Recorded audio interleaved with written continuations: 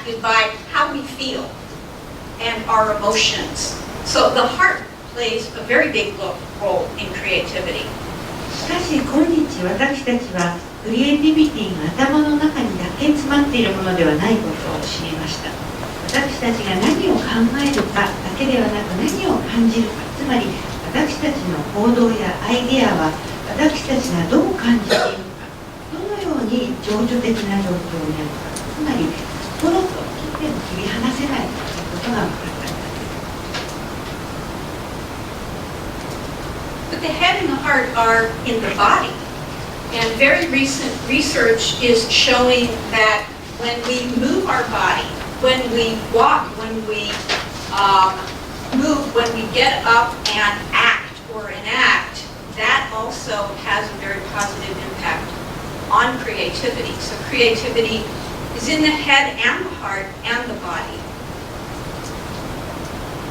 頭もそれから心も体の中にあります。ただ直近の研究でさらに分かってきたこともあります。私たちが体を動かすと、歩いたり起き上がったり何らかのことを表現しようとすると、クリエイティビティが刺激を受けます。というわけでクリエイティビティは頭と心の中にあるだけでなく、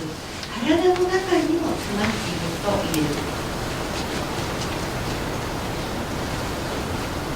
And we're usually in a place or a space, and we may have materials to work with. We're now seeing that where we are when we're being creative and what kind of materials we have to express ourselves with can also have a huge impact on creativity. 私たちは大体において何らかの場所、もしくは何かの空間の中に身を置いています。そしてその空間の中には作業に使うマテリアルを持っているわけです。しかしそのクリエイティビティの作用は私たちがどこに身を置くか、またどんなマテリアルを手にするかによって大きな違いも出てきます。So this is a picture of many creative people having ideas. And in brainstorming, these little ideas spark new ideas. So this is an image of what brainstorming is.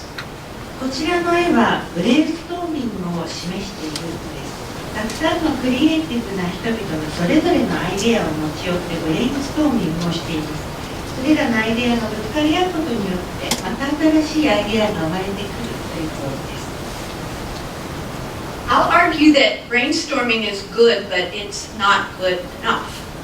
What you get is many, many little ideas. ブレストはとてもいいものだと思いますが、すごく良いものだとまでは言えないと思います。というのも、ブレインストーミングから出てくるアイデアは小さな散漫としたアイデアがたくさん出てくるに過ぎないからです。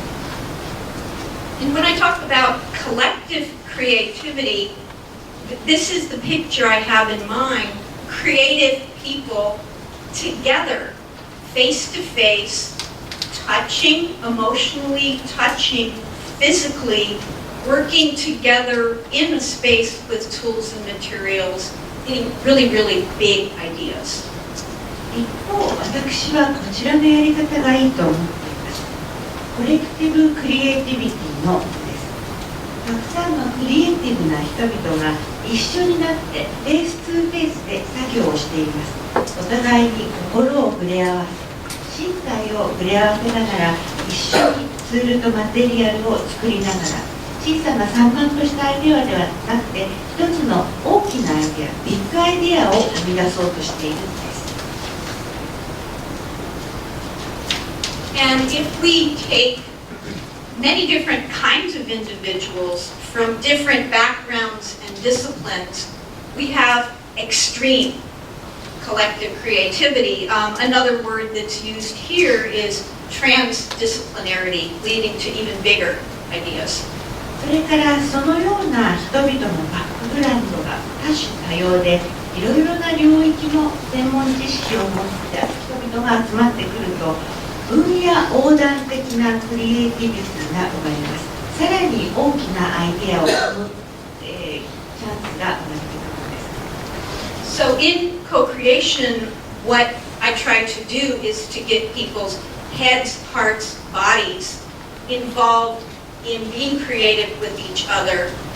and also to pay very special attention to the tools, the materials, and the spaces where they collaborate. ということで、私が、コレクティブクリエイティビティを喚起しようとするときには、参加した人々の心や頭や、それから体が一緒にクリエイティビティを発揮できるようにということに配慮します。特にツールとマテリアル、空間に特別の配慮をし、彼らの作業を促すでしょう。First step in co-designing or collective creativity is understanding current experience. Before you jump to the future, you need to have an understanding of the current situation. そして私、このコーデザイン、もしくはコレクティブクリエイティビティの状態に持っていく前に、まず現在どういった状況にあるか、それをしっかり把握するようにしています。つまり一足飛びに新しいことをやろうとする前に、まずは現状を理解するということです。This is a diagram of the design process that I'll use through the presentation. And you'll see the blue point here. This is where it is when you know what you're designing. こちらのスライド、今日のプレゼンテーションで何回もお見せすることになると思いますが、デザインのプロセス、時系列的に表したものです。そしてこの青い点、これはデザインをするものを示しています。So in the past, designing mainly started with the client saying, this is what we want designed, and the design process following. What we have today is this very large front part where it's a pre-design phase where we're trying to figure out what do people need, what should be designed. 私たちはこの青い点のところからデザインの作業を始めていました。つまりクライアントにこういうものを作ってほしいと依頼を受けて、そこからデザインプロセスが始まっていたのです。一方、今日ではその青い点より前の部分がとても大きなフロントになりました。つまりプレデザインの状態です。どういったものが必要なのか、何を作っていかなければいけないのかを考えるところからデザインのプロセスが始まるという捉え方です。In order to understand current experience, I've found that there's really only three categories into which any method will fall. We can look at what people do, we can listen to what they say, or we can give them materials and ask them to make things to express their thoughts and feelings. でまず私は現状を把握するためにこういった3つのカテゴリーに分けて考えることにしました。これは今行われているさまざまなプロセスのどのメソッドであれ、そのどれかに入るというふうに私は考えています。現在行われているデザイン手法は、相手に何かをやってもらうか、相手に何か喋ってもらうか、もしくは何か材料を渡して作ってもらうか、そのいずれかに当てはまります。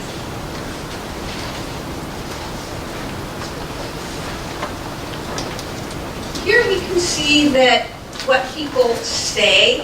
what people do, and what people make get to various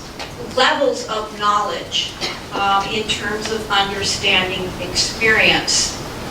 And it's only through asking people to make things that we can really get to underlying forms of knowledge that are both tacit as well as latent. 人に何か言ってもらう、やってもらう、作ってもらう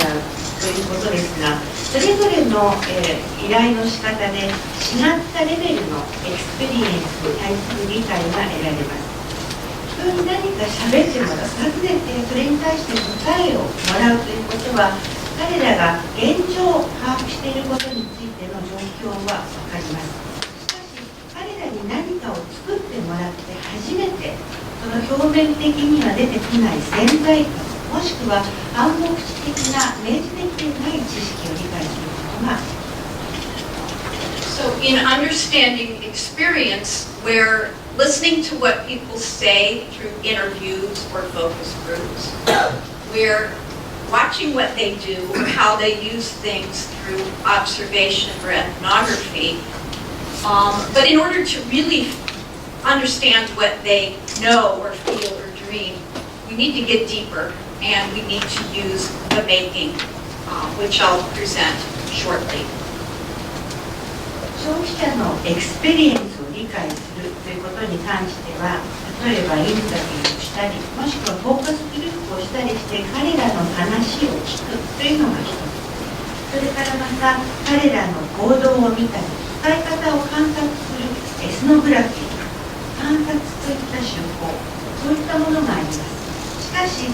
彼らが実際にどういったことを深いところで考えているのか、それに関しては作ってもらうのが一番です。それについては後ほど詳しくお話をします。 After we have understood current experience, the next step would be exploring future experience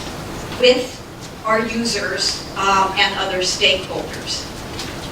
まず現在のエクスペリエンスの理解が済んだ後、次に未来のエクスペリエンスに対する探索を行っています。ユーザーと、そしてまたその他重要なステークホルダーと一緒にそれを探っていくのです。 You'll see a similar model that has very important differences. The model now involves telling, not just saying, making, as it did before, and enacting, which is a more active and proactive form of doing. So this is a much more active model of involving people in the future. こちらに出てくる図は先ほどのものと類似しているところがありますが、大きな違いもあります。単に聞くのではなくて伝えてもらう、そしてまたやってみせてもらうだけではなくて作ってみせてもらう、もしくは表現してもらう、エナクトしてもらうということで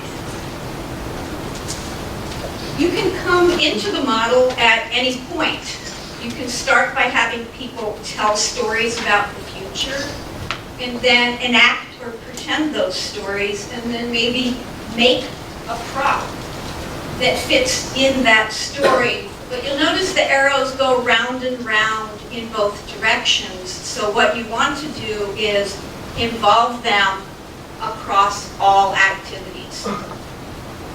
このモデルはどの地点から始めることもできます。例えば参加者に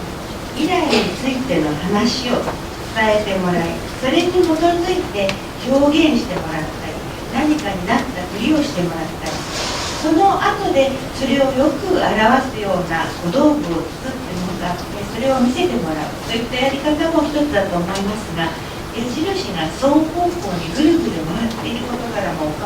かるように、どこから始めてもまたどの順番でやってもいいことになる。いずれにしてもとても積極的な参加型のアプローチで彼らをプロセスに突っ込んでいくわけです。 The making, telling, and enacting model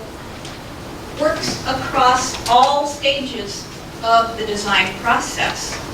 Now, I want to point out that most of my work is in this part of the process, helping clients figure out what to design. So the examples that you'll see tend to be more on this side, although there are a few that come here. で今申し上げた作る、伝える、やってみせるというモデルですが、これをさまざまなデザインのプロセスに当てはめていきます。こちらが先ほどお見せしたデザインの流れになりますが、私の仕事の多くはスライドの右半分、失礼しました、左半分、つまりクライアントが何をデザインすべきか、そこを考えるところから支援をしていくことになりますし、今日ご覧に入れる例もその多くが前段階のものが流